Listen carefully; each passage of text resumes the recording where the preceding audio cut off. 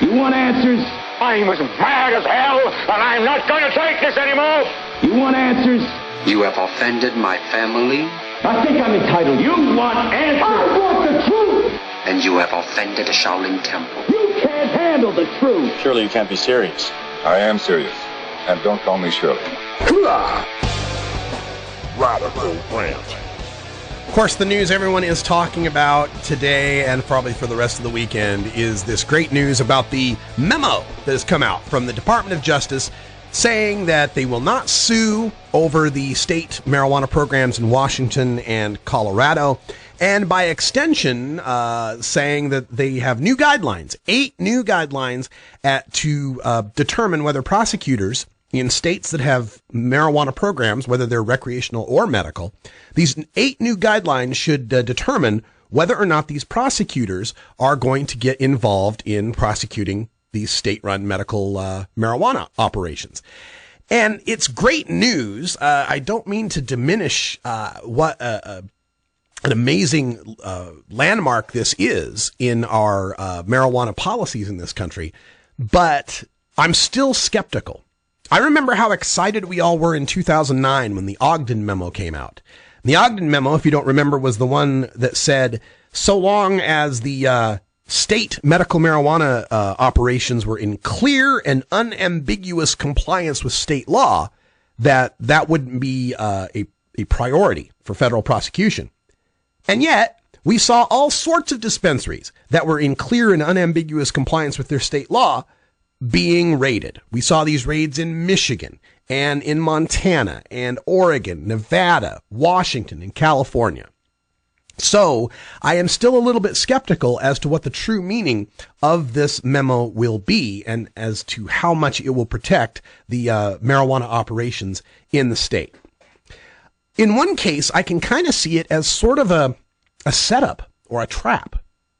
You know, when they say they're going to leave alone these marijuana operations that are operating under state law, it's really easy to look to Washington and California, where there is very little in the way of state law, and to predict that the feds are going to continue to raid in the states of California and Washington. If there's no state law to follow, how can you possibly be in compliance with it? And it also leads me to wonder if really any state can create a system that would be able to successfully navigate to the U.S. Attorney's judgment these 8 points. Let me remind you what these 8 points are that they're saying. They say, so long as the state regulations address these 8 points, they're not likely to be busted. Here's the 8 points. Prevent distribution of marijuana to minors.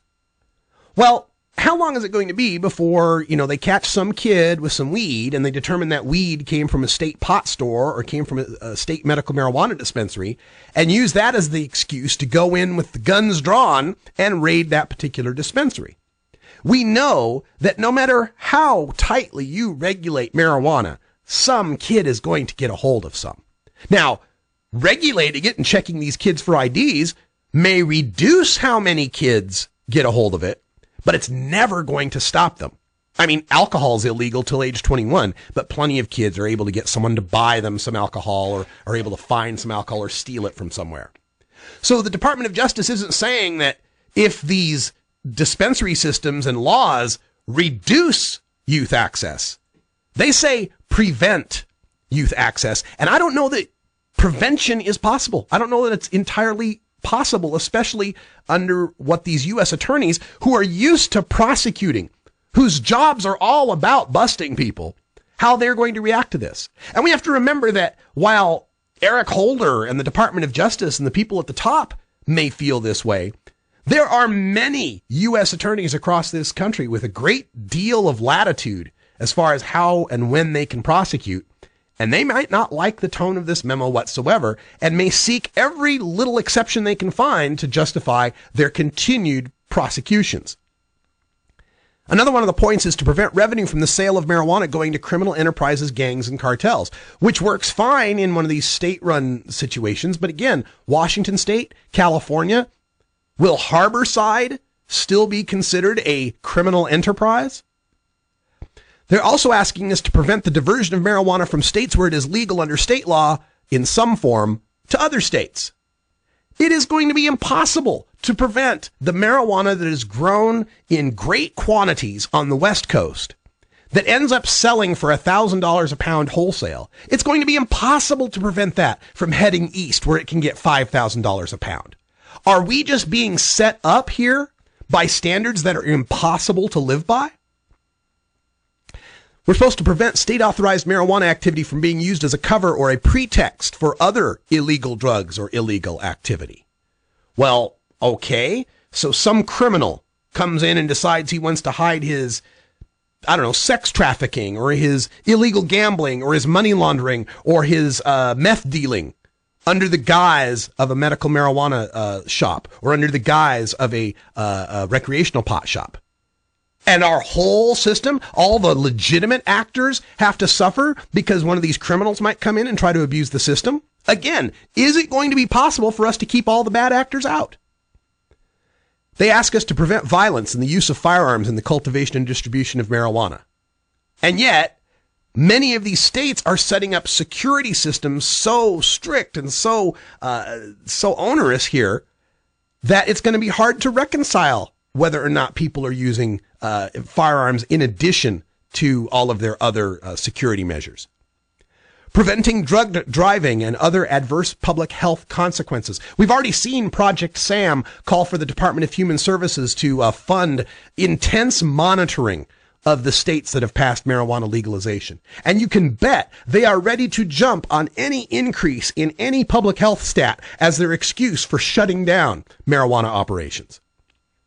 They worry about preventing the growing of marijuana on public lands, and I do think legalization is going to go a great deal toward removing that threat. And they want to ensure that people understand marijuana possession or use on federal property is still illegal, and I don't really think that's much for us to worry about. But these other 6 requirements, I can see these being broken throughout any system we create, no matter how strict it is. And then that being the excuse then for zealous U.S. attorneys to come in with the DEA, with the guns, with the shields, and start snatch and grabbing all the equipment and all the money and the seizures and all the things that we've seen from the raids so far in the history of marijuana. The other question that remains open after this DOJ memo is how it will affect other entities in the executive branch that aren't necessarily under DOJ. Now, the DEA is part of the Department of Justice, and we'll have yet to see how this affects them. But remember, the backward tactics, the backroom tactics, I should say, that the Obama administration has been using to go after these dispensary operations aren't necessarily the upfront law enforcement raids that we saw during the Bush administration. We've seen the Internal Revenue Service using the 280E segment of the tax code that was supposed to be against cocaine kingpins, using that against legitimate dispensaries like Harborside to claim they owe $2.4 million in back taxes. Will the IRS relent and finally allow some of these dispensaries that are complying with state law to be able to deduct their operating expenses like any other business?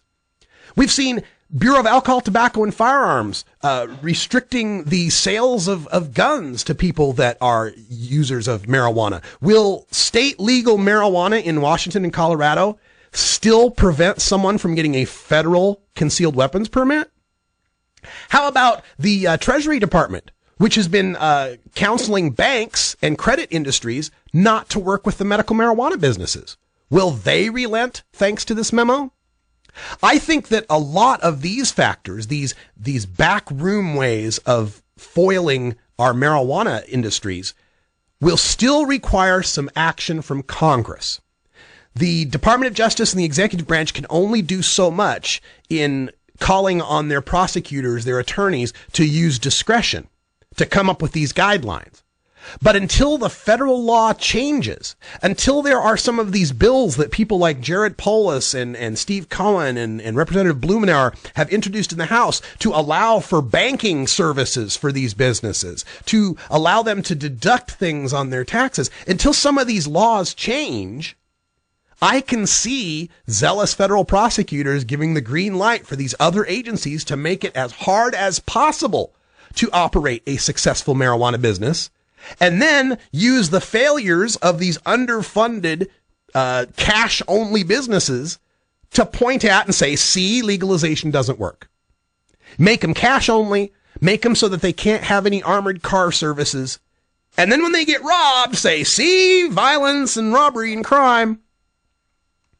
And as I pointed out earlier today in the Behind the Headlines segment, can Washington's medical marijuana program even survive this? It was already under attack because of the disparate taxation, because the recreational market will be taxed at 25% plus 25% plus 25% plus 6.5% plus some other local percent, where recreational marijuana may sell from anywhere from $360 to $480 an ounce.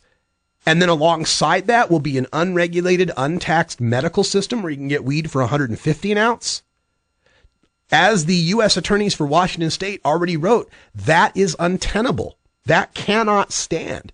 This will require medical marijuana to become more and more like recreational marijuana. And this is exactly what the No on I-502 people warned about. But it's not the fault of recreational marijuana. It's the fault of medical marijuana carving out these exceptions to people and not trying to carve them out for all of us. Now that we've got marijuana legalization for all of us, the medical people are going to have to give up some of these exclusive rights that they've had. At least that's the way it looks. That's the direction it looks to be going in Washington State. And also in Washington State, the personal user of marijuana is not allowed to grow their own cannabis. This is a big difference from Washington State, or from Colorado, excuse me. In Colorado, you're allowed to grow up to 6 plants, 3 mature plants for your own use. How much will the growing of personal plants in Colorado lead the Department of Justice and some of these attorneys to want to step in? Because a little known part of Amendment 64 says that yes, you can grow 6 plants, and yes, you can possess an ounce outside of your home, but at your grow site, you can possess all the proceeds of all your harvests from all time. Technically speaking, I could have 200 pounds of marijuana in my house and turn to the cop and say, well, officer, that 200 pounds is the proceeds of my 3 mature plants over the past X number of cycles. I grow really big plants. And they wouldn't be able to do a thing about it. And will this ability to grow lots and lots of marijuana, which will inevitably make its way to Wyoming and Kansas and Nebraska and places eastward, will that lead the feds to say, aha, see, we can't let you legalize marijuana because you can't control it? This is a very, very important time in the history of marijuana reform, and we are going to have to mind our P's and Q's. We are going to have to cross the T's and dot the I's and make sure that we are following our laws, that we are trying our best to maintain those 8 federal priorities, lest they use our own eagerness, our own exuberance for marijuana legalization, and the resulting chaos and craziness, if we don't keep control of it, as an excuse to shut us down, as an excuse to say, see, we gave you a shot, and see, it didn't work. So be careful, my friends. That's all the time we got for today. This is the Russ Belville Show. The Russ Belville Show is blogging and podcasting daily at radicalruss.com. Have yourself a great weekend. Enjoy college football's kickoff this weekend. I'm sure I will. For Brian the Red, I'm Radical Russ. We'll see you at the Monday Draft, 4 p.m. Pacific Time, right here at 420radio.org. And until next time, take care of each other, tokers.